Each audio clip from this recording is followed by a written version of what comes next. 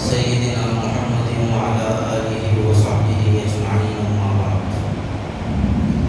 فأعوذ بالله من الشيطان الرجيم بسم الله الرحمن الرحيم ما كان محمد أبا أحد من رجالكم ولكن رسول الله وخاتم النبيين صدق الله العظيم. قابل قدر معزز بزرگوں، نوجوان دوستوں، سرکار دو عالم سیدنا محمد رسول اللہ صلی اللہ علیہ وسلم کے تعلق سے دو عقیدے رکھنا ہمارے لیے بہت ضروری ہے. پہلا عقیدہ تو یہ رکھنا ضروری ہے کہ حضور اکرم صلی اللہ علیہ وسلم بشر تھے، انسان تھے، اور سب سے اعلیٰ درجے کے انسان تھے. سرکار کی طرح دنیا کے اندر کوئی انسان آج تک پیدا نہیں ہوا اور نہ قیامت تک پیدا ہو سکتا ہے. حضور صلی اللہ علیہ وسلم بے مثل اور بے مثال پیدا ہوئے ہیں. اگر حضور علیہ السلام کو اگر ہم بشر نہیں مانیں گے تو لا محالہ نور ماننا پڑے گا، اور نورانی مخلوق فرشتوں کی ہوتی ہے. حضور فرشتے نہیں تھے، حضور انسان تھے. قرآن کریم میں اللہ تبارک و تعالیٰ نے اسی مضمون کو بیان فرمایا ہے اور فرمایا اگر ہم انسان کے بجائے تمہارے اندر کسی فرشتے کو رسول بنا کر بھیجتے تو یہ مشرکین مکہ اور یہ کافر لوگ یہ اعتراض کرتے کہ جس شخص کو یعنی جس فرشتے کو رسول بنا کر بھیجا گیا ہے نہ اس کو بھوک لگتی ہے، نہ اس کو پیاس لگتی ہے، نہ وہ کھانا کھاتا ہے، نہ اس کی بیوی بچے ہیں، نہ اس کو نیند آتی ہے، لہذا لوگ اس طرح کا اعتراض کرنے لگ جاتے تھے. تو اللہ تبارک و تعالیٰ نے فرمایا ہم نے تمہارے اندر سے ایک انسان کو چن کر تمہاری ہدایت اور رہبری کے لیے منتخب کیا ہے. تو حضور اکرم صلی اللہ علیہ وسلم بشر تھے اور انسان تھے، لیکن بے مثال بشر تھے. سرکار کی طرح دنیا کے اندر کوئی نہیں آیا، نہ سیرت میں، نہ صورت میں، نہ اخلاق میں، نہ کردار میں، نہ نسب کے اعتبار سے اعلیٰ نسب میں، نہ شرافت کے اعتبار سے، نہ کرامت اور بزرگی کے اعتبار سے حضور کے برابر کوئی نہیں ہو سکتا. یہ ہمارا عقیدہ. دوسرا عقیدہ حضور صلی اللہ علیہ وسلم کے بارے میں یہ بھی رکھنا ضروری ہے کہ حضور اکرم صلی اللہ علیہ وسلم آخری نبی ہیں، خاتم النبیین ہیں. سرکار دو عالم صلی اللہ علیہ وسلم پر اللہ تبارک و تعالیٰ نے نبوت کو ختم فرما دیا ہے. اب حضور کے بعد دنیا میں کوئی نیا نبی پیدا نہیں ہو سکتا، کوئی نیا نبی پیدا نہیں ہو سکتا. اور اگر یہ بھی کہا جائے کہ حضور کے بعد دنیا میں کوئی نبی نہیں آ سکتا، یہ بھی غلط نہیں. لیکن اس بات کو پکڑ کر قادیانی لوگ یا جو لوگ حضور کی ختم نبوت کے منکر ہیں وہ مسلمانوں کو دھوکہ دیتے ہیں. یعنی ایک بھولے بھالے مسلمان سے یہ پوچھ لیا جائے کہ حضور صلی اللہ علیہ وسلم کے بعد کوئی نبی آ سکتا ہے تو مسلمان یہ کہے گا کہ حضور آخری نبی ہیں، حضور کے بعد دنیا میں کوئی نبی نہیں آ سکتا. تو وہ بھولے بھالے مسلمانوں سے وہ لوگ یہ کہہ سکتے ہیں اور کہتے بھی ہیں ٹھیک ہے پھر حضرت عیسیٰ علیہ السلام نبی تھے، وہ بھی آخر زمانے میں آئیں گے، اور تم کہہ رہے ہو حضور کے بعد دنیا میں کوئی نبی نہیں آ سکتا. تو حضرت عیسیٰ علیہ السلام بعد میں آنے والے ہیں، جب حضرت مہدی ظاہر ہو جائیں گے، دمشق کے مینارے سے حضرت عیسیٰ علیہ السلام اتریں گے، تو حضرت عیسیٰ علیہ السلام نبی ہیں، وہ بھی تو قیامت کے قریب آ رہے ہیں. میں آ کر کئی بھولے بھالے مسلمان ان کے دامے فریب میں آ جاتے ہیں اور ان کو علم نہ ہونے کی وجہ سے وہ ان کی باتوں میں آنے لگتے ہیں۔ اس لیے میرے بھائیوں یہ بات اچھی طرح یاد رکھیں کہ سرکار دو عالم صلی اللہ علیہ وسلم کے بعد دنیا میں کوئی نیا نبی پیدا نہیں ہو سکتا اور نہ کوئی نبی آ سکتا ہے۔ حضرت عیسیٰ علیہ السلام بھی آئیں گے تو نبی بن کر نہیں آئیں گے، نبی ہونے کی حیثیت لے کر نہیں آئیں گے، وہ اپنی کتاب لے کر نہیں آئیں گے، اپنی شریعت لے کر نہیں آئیں گے، وہ بھی حضور اقدس سرکار دو عالم سیدنا محمد رسول اللہ صلی اللہ علیہ وسلم کے شریعت اور حضور کے طریقے کو فالو کریں گے اور اسی کو نافذ کریں گے دنیا کے اندر۔ تو پتہ کیا چلا؟ حضرت عیسیٰ علیہ السلام آ بھی جائیں تو نبی ہونے کی حیثیت سے نہیں آئیں گے،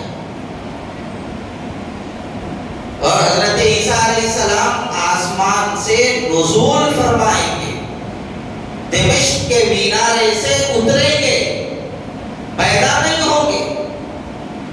تو اس بات کو اچھی طرح یاد رکھ لینا چاہیے کہ حضور اکرم سرکار دو عالم سیدنا محمد رسول اللہ صلی اللہ علیہ وسلم آخری نبی ہے اور حضور کے بعد دنیا میں کوئی نبی نہیں آ سکتا۔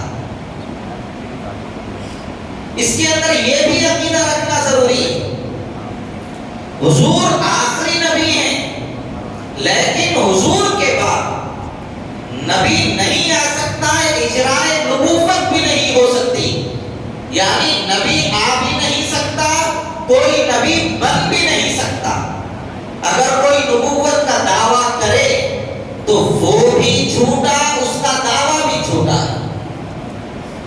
حضور اکرم سرکار دو عالم صلی اللہ علیہ وسلم نے خود اپنی ختم نبوت کے بارے میں فرمایا تھا کہ میں آخری نبی ہوں، میرے بعد دنیا میں کوئی نبی نہیں آ سکتا۔ حضور نے اس کی ایک مثال دی اور مثال دے کر فرمایا ایک آدمی نے بڑا عالیشان گھر بنایا اور بہت خوبصورت مکان بنایا، لوگ اس کے گھر کو دیکھنے کے لیے دور دراز سے آنے لگے اور آ کر اس مکان کی تعریف کرنے لگے، لیکن اس پورے مکان کو بنانے کے بعد ایک اینٹ کی جگہ اس نے چھوڑ دی اور ایک اینٹ نہیں لگایا، ایک آخری اینٹ باقی رکھی۔ تو لوگ آتے جا رہے ہیں، اس کے مکان کو دیکھ رہے ہیں اور یہ کہہ رہے ہیں یہ آخری اینٹ بھی لگا دیا جاتا تو یہ مکان مکمل ہو جاتا، ناقص نہیں رہتا۔ حضور نے فرمایا اللہ تبارک و تعالیٰ نے سارے نبیوں کو بھیجا، ان تمام نبیوں کی مثال، ان کے آنے کی مثال اس عالیشان گھر کی طرح ہے، اور میں اس گھر کا آخری اینٹ ہوں۔ جب وہ گھر کے اندر آخری اینٹ لگا دی گئی تو مکان کی تعمیر مکمل ہو گئی، اب اس مکان کے اندر ذرہ برابر بھی کمی نہیں رہی۔ تو ایسے ہی میں آنے کے بعد نبوت کا سلسلہ مکمل ہو چکا ہے، میرے بعد اب کسی نئے نبی کی ضرورت نہیں رہی۔ قرآن کریم میں اللہ تبارک و تعالیٰ نے فرمایا ما كان محمد ابا احد من رجالكم ولكن رسول الله وخاتم النبيين۔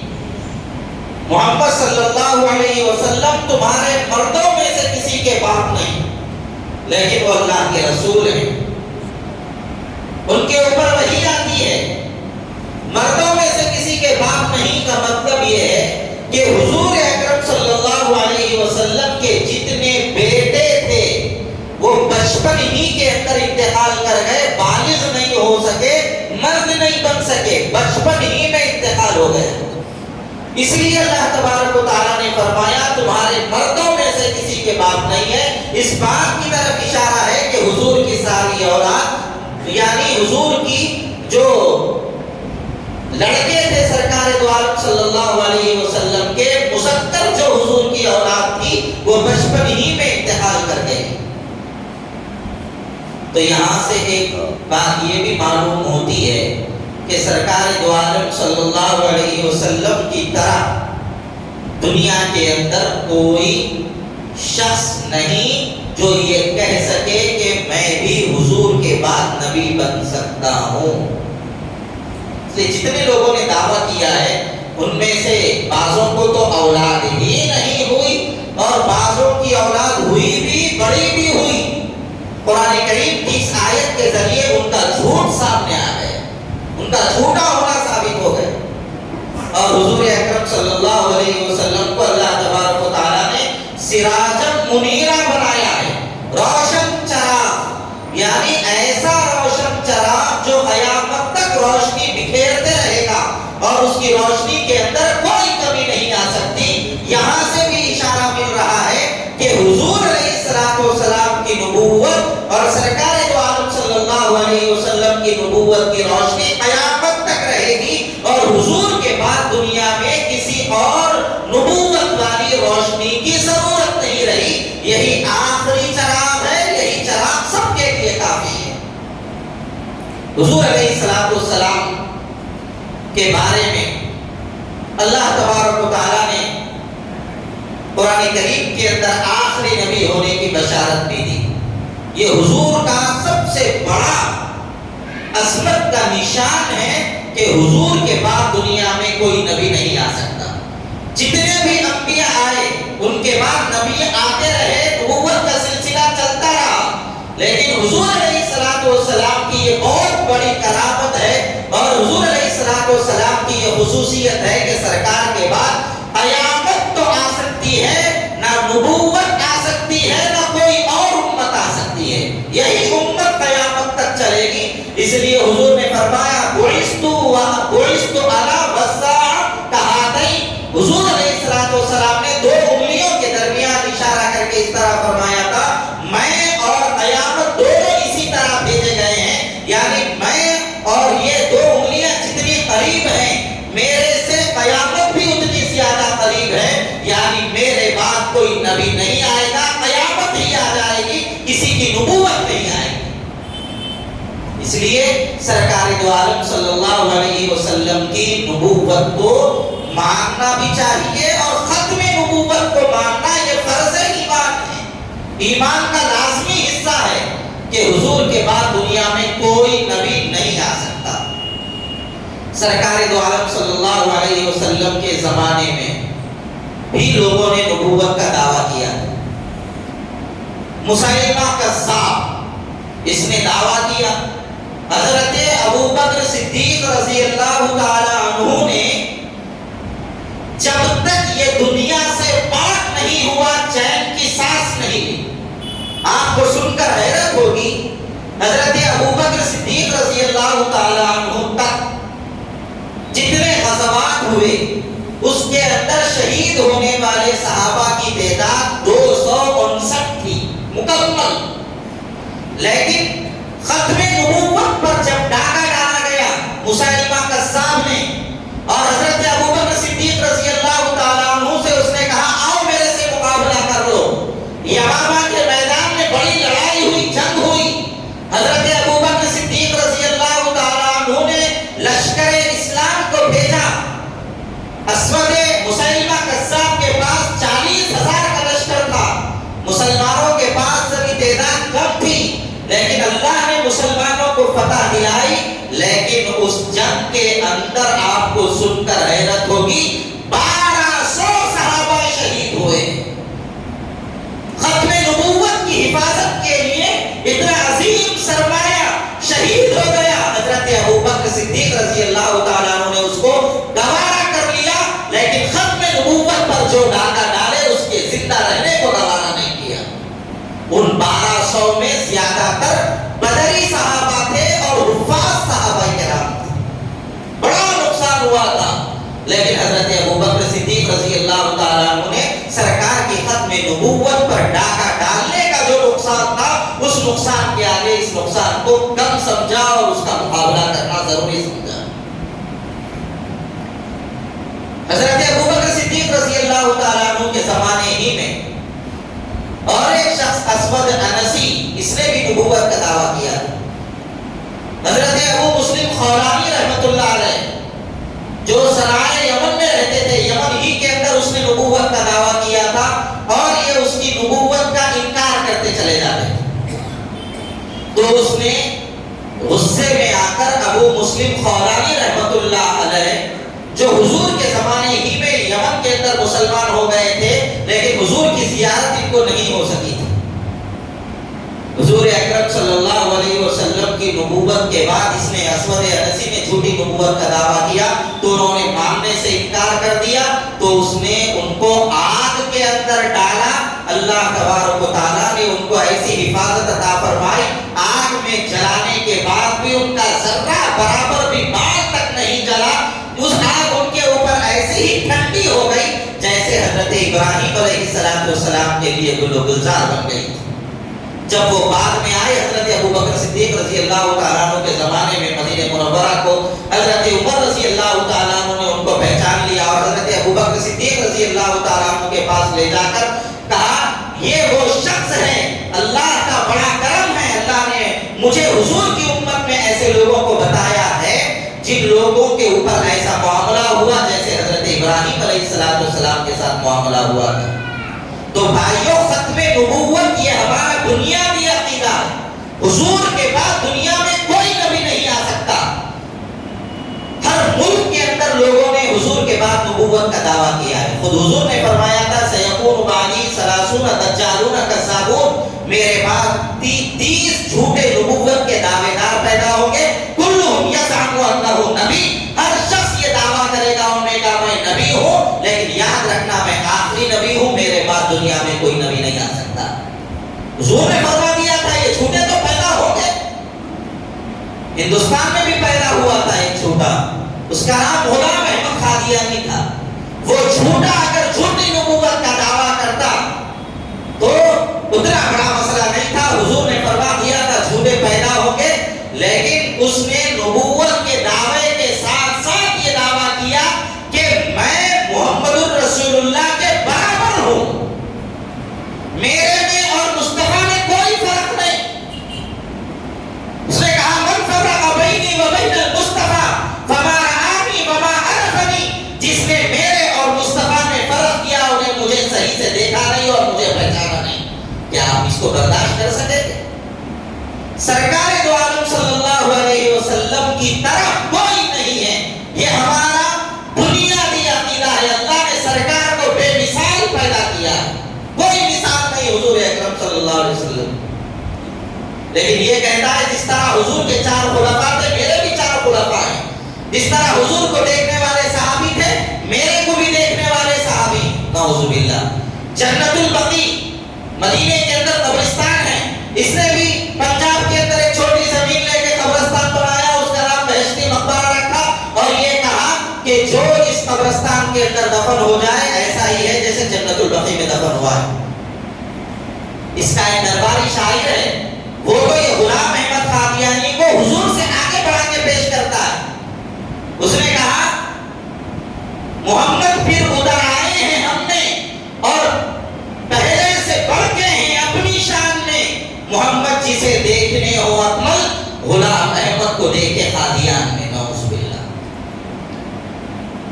حضور صلی اللہ علیہ وسلم کی برابری کا دعویٰ اس نالائق نے کیا تھا، عین محمد ہونے کا دعویٰ کیا اس نے۔ یہ مسلمانوں کے لیے ناقابل برداشت۔ حضور ایسے حسین و جمیل تھے، حضرت عائشہ نے فرمایا حضرت یوسف کو دیکھ کر لوگوں نے انگلیاں کاٹ لی ہیں اور اگر میرے مصطفیٰ کو دیکھتے تو عورتیں اپنے دل کاٹ لیتے۔ ایسے حسین و جمیل سرکار تھے۔ اور یہ غلام احمد قادیانی ایک آنکھ سے ٹنڈا تھا، اس کی آنکھ بھی صحیح نہیں تھی، دعویٰ کرنے چلا حضور کے برابر ہونے کا۔ اس لیے اپنے عقیدے کی حفاظت کیجیے، اپنے ایمان کی حفاظت کیجیے۔ اور بعض بیوقوف ایسے بھی پیدا ہو گئے دنیا کے اندر جو یہ کہنے لگے کہ حضور علیہ السلام کے برابر تو نہیں، لیکن ہر 1400 سال کے بعد حضور کی روح کسی ایک انسان کے اندر آ جاتی ہے اور یہ 1400 سال کے اندر یہ جو حضور کی روح ہے وہ صدیق دیندار کے اندر آ گئی۔ یہ اس سے بڑے خبیث ہے۔ یہ جو دیندار انجمن کے لوگ ہیں 1 نمبر کے شیطان ہیں، ان کا دعویٰ ہے یہ جو صدیق دیندار وہاں پہ مر کے پڑا ہوا ہے اس کو وہاں پر جو دفن کر دیا گیا ہے وہ مردود یہ کہتا ہے 1400 سال کے بعد حضور کی روحانیت میرے اندر حلول کر گئی ہے، میں حضور کا اوتار ہوں۔ نعوذ باللہ۔